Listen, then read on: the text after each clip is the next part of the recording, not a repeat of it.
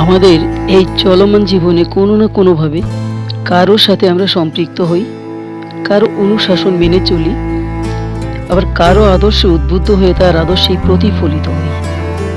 এমনি নানা কিছু করে থাকি। আসলে চলার পথে এগুলো আমাদের খুবই প্রয়োজন। এখানে খুব ভালো 10টি উদ্ধৃতি রয়েছে যা আমাদের চলমান জীবনকে সুগম এবং উন্নততর করে নিতে পারে এবং চলার পথটাকে আরো সাবলীল করে দিতে পারে। নম্বর 1, সাফল্যের 3টি শর্ত রয়েছে। অন্যের থেকে বেশি জানুন, অন্যের থেকে বেশি কাজ করুন, অন্যের থেকে কম আশা করুন। কথাগুলো উইলিয়াম শেক্সপিয়ারের।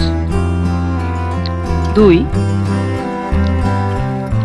আমি নষ্ট করেছি সময়, কিন্তু এখন সময় আমাকে নষ্ট করছে।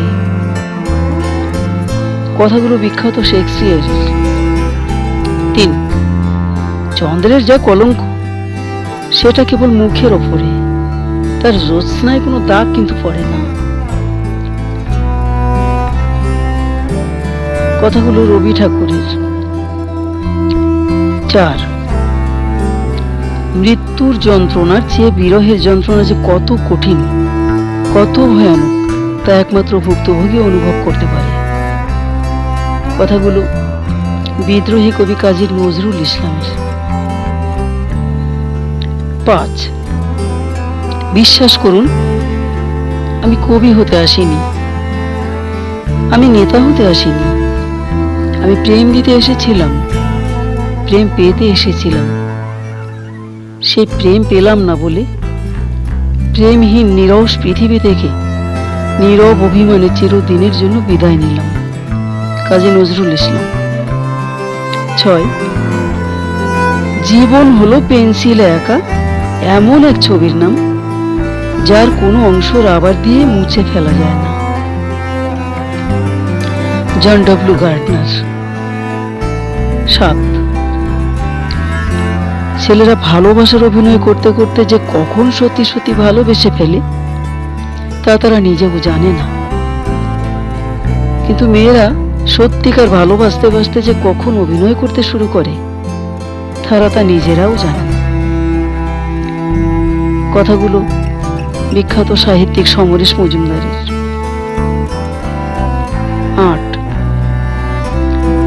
বিরক্তিকর কোনো মানুষ ফ্রড হতে পারে না। পৃথিবীতে ফ্রড মাত্রই ইন্টারেস্টিং ক্যারেক্টার হয়। কথাগুলো